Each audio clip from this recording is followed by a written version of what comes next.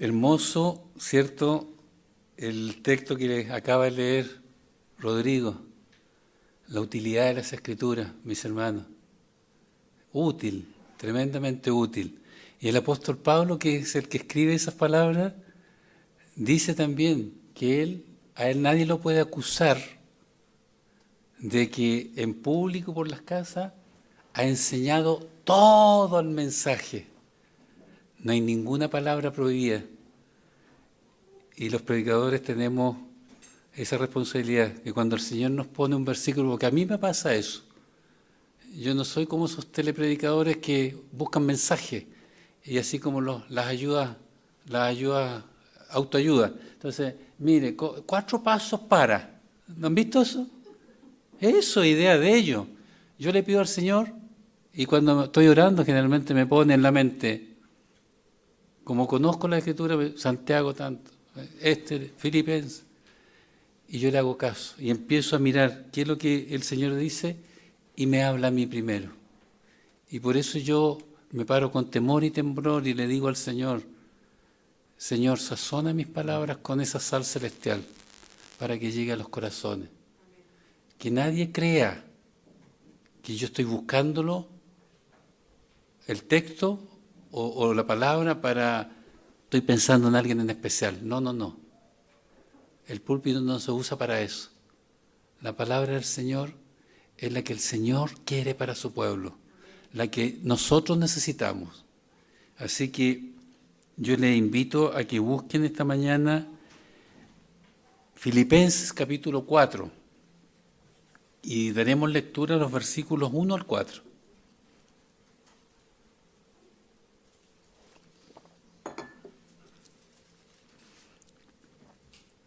Dice así la palabra del Señor.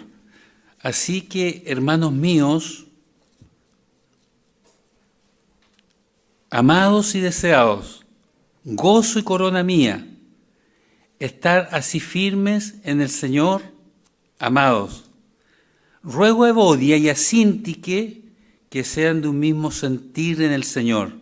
Asimismo, te ruego también a ti, compañero fiel, que ayudes a estas que combatieron juntamente conmigo en el Evangelio, con Clemente, también y los demás colaboradores míos, cuyos nombres están escritos en el libro de la vida.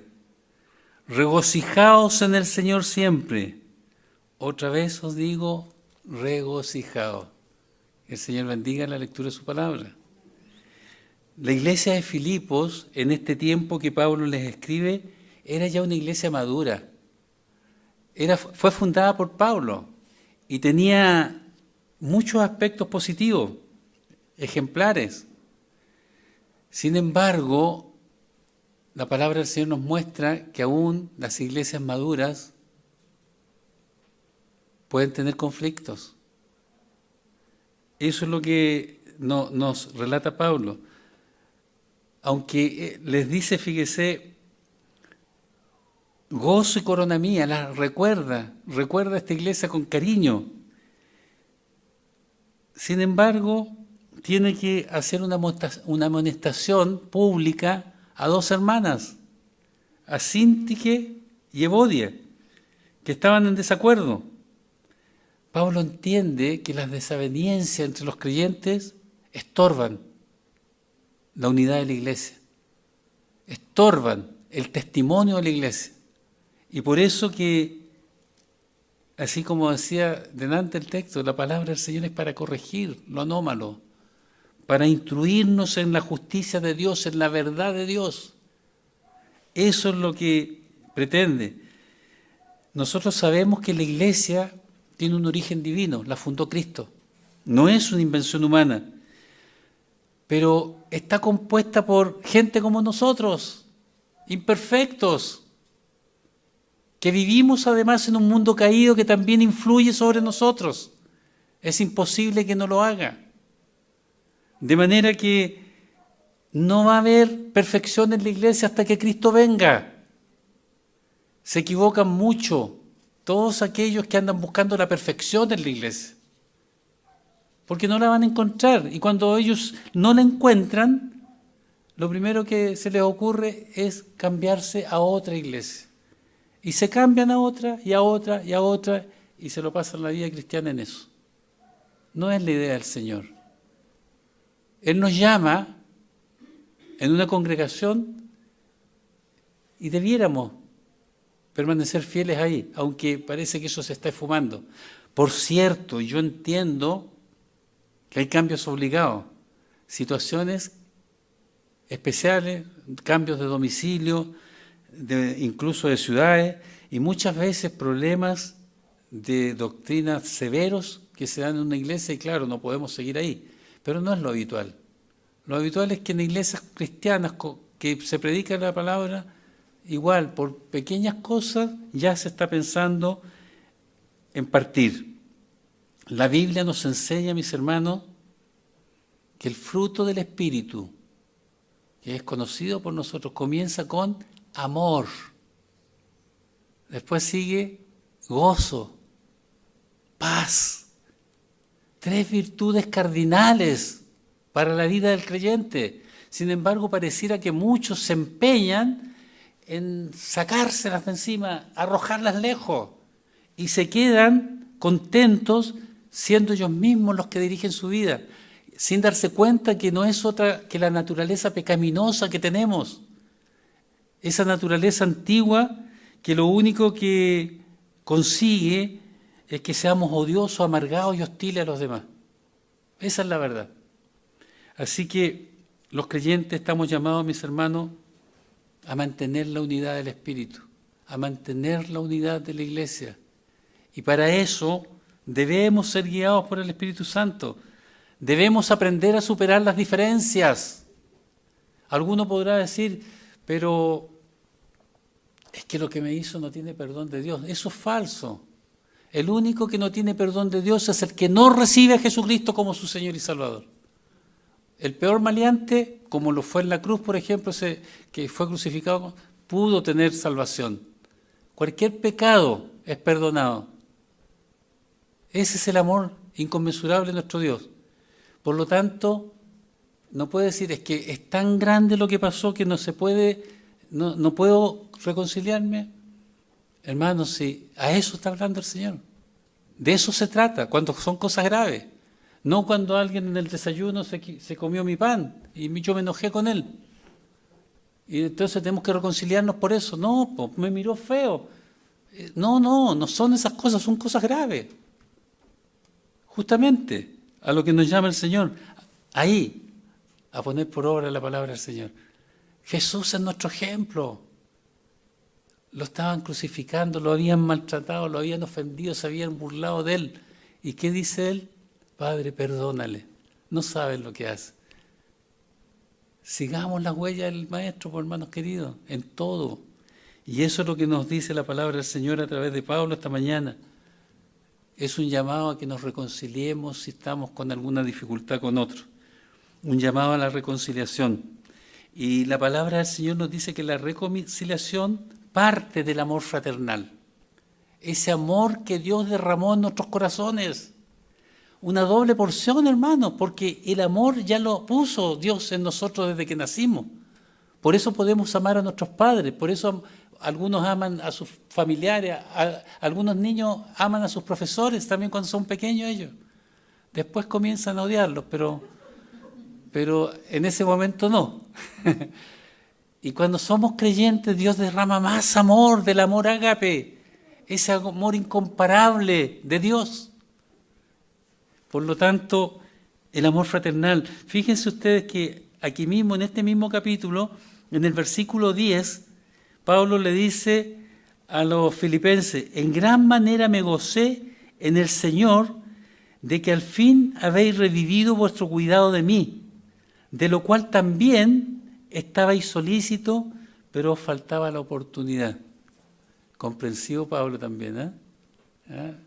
¿Qué le iba a faltar la oportunidad? A lo mejor se estaban haciendo los lesos algunos, como suele ocurrir. Pero él lo ve así. Y en los versículos 15 y 16 dice, y sabéis también vosotros filipenses, que al principio de la predicación, cuando salí de Macedonia, ninguna iglesia participó conmigo en razón de dar y recibir, sino vosotros solos, pues aún en Tesalónica me enviasteis una y otra vez para mis necesidades. Los filipenses amaban a Pablo y lo demostraban con hechos concretos, porque así se demuestra el amor fundamentalmente, no solo con palabras, hermanos queridos. Si las palabras se las llevan el viento. Yo conocí a una señora que tenía 2 hijos, era ya señora mayor, estaba enferma y pasaba más bien postrada en cama, y tenía 2 hijos. Su hija menor, con la que vivía, que la cuidaba permanentemente, le compraba sus remedios, se los daba, la alimentaba, le lavaba su ropa, todo. Y el otro era un borrachín que de repente se dejaba caer por la casa cuando necesitaba algo de su hermana y se acostaba ahí con la mamá y le decía, mamita, que te quiero. Y ella decía, este es el hijo que más me quiere. Y la otra era más osca y no le decía. No, pues hermanos, son hechos concretos. Hechos concretos. Por lo tanto, no es solo palabra. Y los filipenses lo entendieron y lo hacían. Y Pablo a la vez los amaba y oraba con gozo por ellos, por el crecimiento espiritual que estaban teniendo, por el conocimiento y por el testimonio que estaban entregando, mucho más allá de su ciudad. Pablo se regocijaba con ellos y les dice que en el capítulo 1 de esta carta les dice que los amaba con un amor entrañable, como amaba a Cristo. ¿Amamos nosotros a nuestros hermanos como ama Cristo a la iglesia? Es una tarea, pues, hermanos queridos, que tenemos que tratar de realizarla. Un amor desinteresado, incondicional. Eso es lo que nos dice el Señor. ¿Y por qué quiere que amemos? Sobre todo Jesús nos hablaba mucho del amor. Porque el amor es sanador. El amor en sí mismo es capaz de restaurar. El amor de Dios que está en nosotros. Sí, a las iglesias llegan muchas personas dañadas psíquicamente, con heridas profundas en su corazón. Y cuando los hermanos los reciben con cariño y se preocupan de ellos, comienza de inmediato un proceso de restauración, porque el amor hace eso. Una persona que no se siente amada generalmente tiende a aislarse. Si no se siente amada, no se siente parte de ningún grupo. Es lastimoso que algunas personas no se sienten amadas en sus propias familias. Y son personas que andan por la vida deambulando sin norte. Porque el sentido de pertenencia lo puso Dios. Porque nos hizo seres que debemos juntarnos con otros, no crecer solos, no vivir solos. Pero el que tiene baja autoestima es porque no lo aman y no se siente parte de ningún grupo. Muchas veces en el trabajo tiene problemas, en el medio social, en todas partes, incluso cuando se convierten, les cuesta integrarse a la iglesia. Ninguno de nosotros puede saber con exactitud lo que ocurre en el corazón de esa persona, ni en el corazón de ningún hermano. No sabemos las batallas que está luchando cada uno. De manera que tenemos que ser cuidadosos, como dice la palabra, refrenar nuestra lengua, tener cuidado con lo que decimos, tener cuidado con lo que hacemos, tener cuidado con nuestros gestos incluso, porque podemos dañar a ese que está herido y que nosotros no lo sabemos, no tenemos por qué saberlo. Pero sí sabemos que la palabra del Señor nos recomienda ser cuidadosos. Porque basta a veces una palabra, una frase de uno, para ya instalar en la mente a algún hermano que está pasando por una dificultad especial, el deseo de marcharse de la iglesia. Yo creo que por esta razón nuestro Señor Jesús fue tan enfático y les dijo a sus discípulos, un mandamiento nuevo os doy, que os améis los unos a los otros, como yo os he amado, que también os améis unos a otros. Ese maestro le dijo, Señor, Padre, perdónale, porque no saben lo que hacen. Ese que le decía a los pecadores, ni yo te condeno, vete, pero no peques más. Ese que acogió a los mendigos, que acogió a los leprosos. Ese es nuestro ejemplo. Eso es lo que nosotros debemos hacer. Ese es el amor de Dios. Pablo, en este texto, al llamar la atención sobre el conflicto que tienen Evodia y Síntique, lo que quiere es que ellas corrijan esa actitud. No es otra cosa. No está ventilando un problema, como podemos hacerlo nosotros muchas veces, sino que él quiere que ellas corrijan esa conducta. Pero la manera de hacerlo es lo que nosotros debemos aprender. Él no lo hace con rigidez, sino que con todo amor. Hermanos míos, amados y deseados, gozo y corona mía. Él le está diciendo a la iglesia de Filipos, pero también a todos y cada uno de los integrantes. También se lo está diciendo a estas dos hermanas que tienen un conflicto, porque la verdadera reconciliación nace de un respeto mutuo y fundamentalmente del amor. Si no practicamos el amor, vamos a caer una y otra vez en dificultades. También lo que nos dice la palabra del Señor, que la reconciliación requiere humildad y un mismo sentir. Eso le dice Pablo, que tengan un mismo sentir. Ruego a Evodia y a Síntique que sean de un mismo sentir en el Señor. Ser de un mismo sentir no significa necesariamente que tengamos que pensar lo mismo, que hablar lo mismo, ver las cosas igual, sino que en Cristo, poner nuestros pensamientos en Cristo. Como nos decía la palabra del Señor tan hermosa el domingo pasado, la recordarán, que aprendamos a ver con los ojos de Cristo. Cuando nosotros creemos que hay que llorar, Cristo está viendo que hay que gozarse, porque Él está viendo las cosas completas, está viendo el final. No nos quedemos, decía la palabra del Señor, en la inmediatez. Claro, que la tristeza, que el problema, la prueba, la dificultad no enturbie nuestra mente. Y apartemos nuestro amor que tenemos por Jesús. A Él, ahí tenemos que poner nuestro amor. Ese es un mismo sentir. Yo amo al Señor, tú amas al Señor. Entonces nuestras desavenencias desaparecen, porque en Cristo todo es paz, porque Él es el príncipe de paz. Aprendamos, hermanos queridos. La palabra nos decía también que no temamos a una pérdida. Si esa pérdida nuestra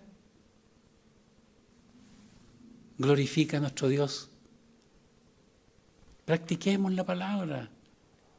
El Jesús dijo, es tan fácil mi yugo, ¿cómo no lo pueden seguir? Es tomar el ritmo, hermanos queridos. Es aprender lo que nos dice la palabra y practicarlo. Yo no veo que sea algo extraño que los creyentes, entre los creyentes surjan dificultades. Lo vemos en las Escrituras, ha ocurrido siempre, pero eso no debe ser motivo para un término violento y que nunca más podamos estar juntos. No es así. Nosotros vemos en la epístola a los Gálatas, el apóstol Pablo, capítulo 2, si ustedes lo quieren buscar después, comenta que tuvo que reprender a Pedro porque estaba judaizando. Estaban en Antioquía, Pedro no tenía ninguna dificultad en entrar a la casa de los hermanos, de los gentiles, que estaban, claro, creyendo en el Evangelio, y comía con ellos. Pero cuando venían de Jerusalén algunos hermanos, él se hacía a un lado, y se hacía, no, yo nunca he ido para allá. Y Pablo, como era serio, lo reprendió, yo creo que lo tomó así fuerte. ¿Cómo tú, que eres líder, estás judaizando y más encima en tu hipocresía estás arrastrando a Bernabé? Todos sabemos que Pedro era audaz, ¿verdad?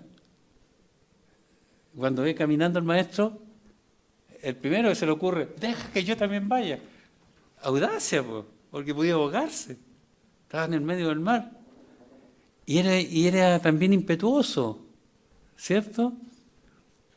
A mí me parece que a lo mejor no le gustó mucho lo que hizo Pablo, delante de todos. Sin embargo, eso no terminó en una animadversión entre ellos, ¿no? Y lo prueba el hecho de que en su segunda epístola universal, Pedro, en el capítulo 3, versículo 15, dice lo siguiente: y tener entendido que la paciencia de nuestro Señor es para salvación, como también nuestro amado hermano Pablo, cuando uno escribe, corrige, pues.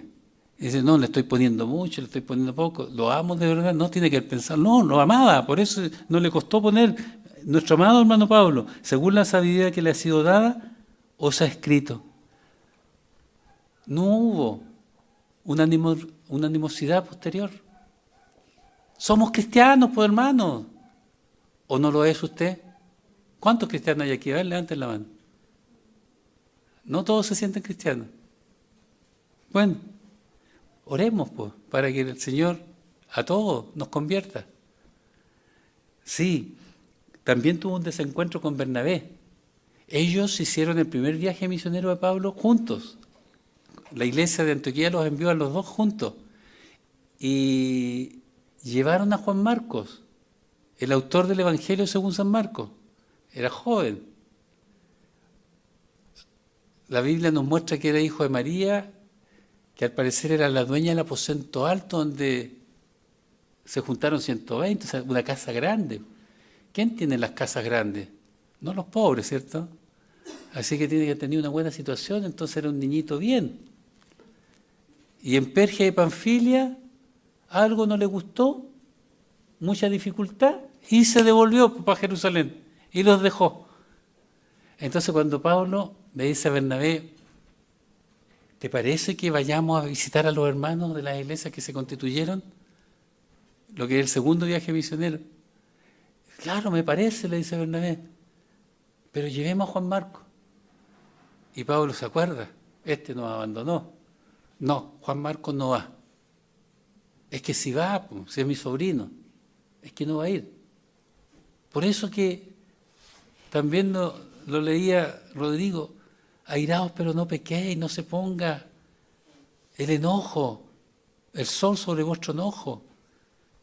Si lo dice el Señor porque nos conoce, porque somos imperfectos. Hermanos queridos, estas dos hermanas habían olvidado aquello. Pero mire, hay algo importante que nos dice el texto, que seguían siendo hijas de Dios y sus nombres seguían escritos en el libro de la vida. ¿Se dan cuenta? No le está hablando no creyente. Y en ese libro celestial están escritos todos nuestros nombres, todos los que han sido redimidos por la sangre del Cordero. Y no es mérito de ninguno de nosotros, es mérito únicamente de Jesucristo y su muerte en la cruz. Eso es. Ninguno puede rogarse ningún mérito. Y solo Cristo conoce a los que están inscritos en ese libro, porque Él los redimió a cada uno y Él los escribe. Así que Pablo señala que para reconciliarnos tenemos que ser humildes de corazón como fue Cristo y de un mismo sentir. También nos dice que en oportunidades la reconciliación necesita la ayuda de la comunidad eclesial.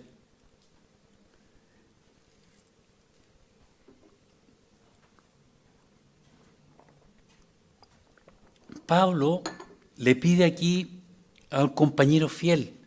La iglesia de Filipos seguramente sabía perfectamente a quién se estaba refiriendo. A ti, compañero fiel, le dice que ayude en esta situación, a estas hermanas.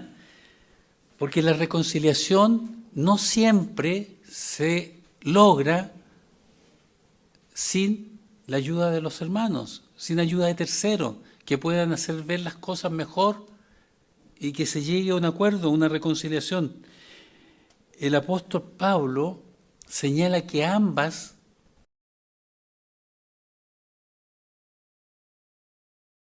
predicación del Evangelio, o sea, a eso se dedicaba Pablo. Y les dice que ambas están inscritas en el libro de la vida.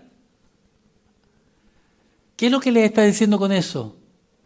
Que la salvación, la proclamación del Evangelio que nosotros podemos ejercer es muchísimo más importante que cualquier diferencia que tengamos. Cualquier desaveniencia tiene que quedar atrás, porque nosotros estamos llamados para eso, ser colaboradores de Dios en su reino. Embajadores, dice la palabra del Señor que somos. Y todos, la iglesia, todos estamos llamados a eso. Todos estamos llamados a mantener el vínculo de la paz, de la unidad. No podemos ser espectadores, sino participantes. ¿Y cómo puede participar usted en la reconciliación de dos hermanos como Evodia y Síntique que están en conflicto? Orando al Señor con intensidad, pidiéndole que Él dé la solución, que Él aclare las mentes, que redarguya, como dice la palabra del Señor, la mente de nuestros hermanos, que les haga ver los pros y los contras de lo que está pasando. Y por cierto, no hacer comentarios de más, no hacer esos comentarios escondidos, así, yo supe que ya te digo. No, hermanos queridos, no, eso no debemos hacerlo, eso no contribuye. Debemos contribuir a buscar la solución y mantener la unidad de la iglesia. Sí, todos somos responsables. Debemos seguir el ejemplo de este compañero fiel. Compañero fiel, le dice Pablo. También menciona a Clemente aquí y a otros hermanos que ayudaron. Sigamos ese ejemplo. Seamos parte de la solución y no del problema. Tratemos de solucionar el problema y no crearlos. Eso es lo que nos dice el Señor. Cada creyente debe preocuparse por el bienestar de la iglesia. Cuando alguno se está quedando, no viene, la obligación es llamarlo, invitarlo, sobre todo si alguno vive cerca, que puede pasar personalmente. Todos debemos hacerlo, hermanos queridos, traerlos de vuelta al camino. Muchas son las razones que pueden llevar a un creyente a irse debilitando en su fe. Hay creyentes que llevan años en la iglesia, años, pero que todavía no les cae el sentido de la palabra, todavía no entienden lo que es el Evangelio. Y se debilita su fe y se apartan. Viene el calor de la prueba y comienzan a derretirse en su entusiasmo. Y ya no quieren ir porque están en dificultades. Hay otros que se han escandalizado por algo que ocurrió en la iglesia, como si en la iglesia no ocurrieran cosas, si hay trigo y cizaña, hay hombres imperfectos y mujeres imperfectas, y se escandalizan y no pueden superarlo. Y ahí está, dele que dele hasta que su fe se va debilitando. Hay otros que se enfrían por las dificultades propias de un mundo caído y creen que en sus vidas ya no está Cristo y también terminan apartándose. Hay creyentes débiles que necesitan el estímulo constante, lo más fuerte, y la palabra nos dice que lo hagamos, que el que está más firme ayude al que está más débil, y que ninguno se crea fuerte porque puede también resbalar. Es tan sabia la palabra del Señor, hermanos queridos. Hay otros creyentes que definitivamente se tornan apóstatas. Apóstatas son aquellos que reniegan de la fe que un día han manifestado, y ese es un caso más severo de atraerlos de nuevo al camino, porque su corazón se ha contaminado con el mundo, su corazón se ha endurecido. Cambian sus rutinas dominicales, ya no dejan tiempo para el templo, hay más importante otras cosas que ya descubrieron que pueden ahí ir a entretenerse. Entonces es muy difícil. Pero antes que pase eso, debemos estar atentos, orando unos por otros permanentemente, eso es lo que nos pide el Señor. Así que por todo esto, mis hermanos, la palabra del Señor nos manda, nos pide que cuidemos lo que hablamos, que cuidemos nuestras palabras, porque, como les decía yo, no conocemos el corazón de los demás, no sabemos las heridas profundas que hay, Dios lo sabe, y Él lo único que quiere es que tengamos buenas palabras, que nos animemos a las buenas obras, al amor. Así que si usted ve a un hermano debilitado, invítelo, que no está viniendo, invítelo. Y si lo invita, pero no viene, vuelva a invitarlo, vuelva a hacerlo. Y cuando venga ese hermano que por tiempo no ha venido, todos los demás, recibámoslo como corresponde. Démosle la bienvenida a la casa del Señor. Evitemos comentarios inapropiados. Por fin llegaste, ya te estábamos echando de menos, creemos que andáis en el mundo. Lindo, un masazo. Po. No sabe lo que le costó dar el paso para venir. Y le pega el masazo para echarlo para afuera al tiro. Aquí en esta iglesia ocurrió pues, una hermana que yo estaba tratando con sumo cuidado, estaba muy triste. Habían tomado preso a su hijo por drogas. Y todos los presos, yo visitaba las cárceles, el otro día conversaba con Vicente, que casi conozco todas las cárceles de Santiago, todos son inocentes ahí. Este también era inocente, la hermana sufría porque era inocente y estaba preso. Ella era nueva, y yo con mucho cuidado la visitaba y venía, y ella estábamos cantando y lloraba. Estábamos exhortando la palabra y seguía llorando, porque estaba triste en su corazón y la palabra también nos constriñe. Y la otra no encontró nada mejor que mirarla. Estábamos cantando y ella llorando le dice, ¿y usted, señora? ¿Qué pasa llorando? Si aquí tenemos que estar contentos. Nunca más me abrió la puerta de su casa. Yo fui varias veces y no me abrió.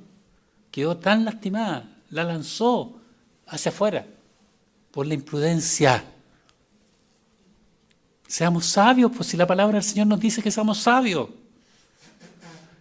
Yo le decía al Señor en la semana, Señor, endulza mis palabras, a lo mejor estoy muy violento, no sé, que quiero hacerlos entender que es bueno obedecer a la palabra del Señor, es tan bueno, nos da libertad la palabra del Señor, nos da gozo, sí, porque la reconciliación se fortalece en el gozo del Señor.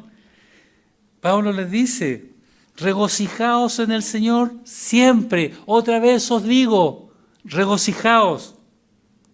El gozo, mis hermanos, en Cristo produce el ambiente apropiado para cualquier reconciliación. Cuando nuestro gozo es producto de cosas humanas, de nuestras propias cosas, se fuma.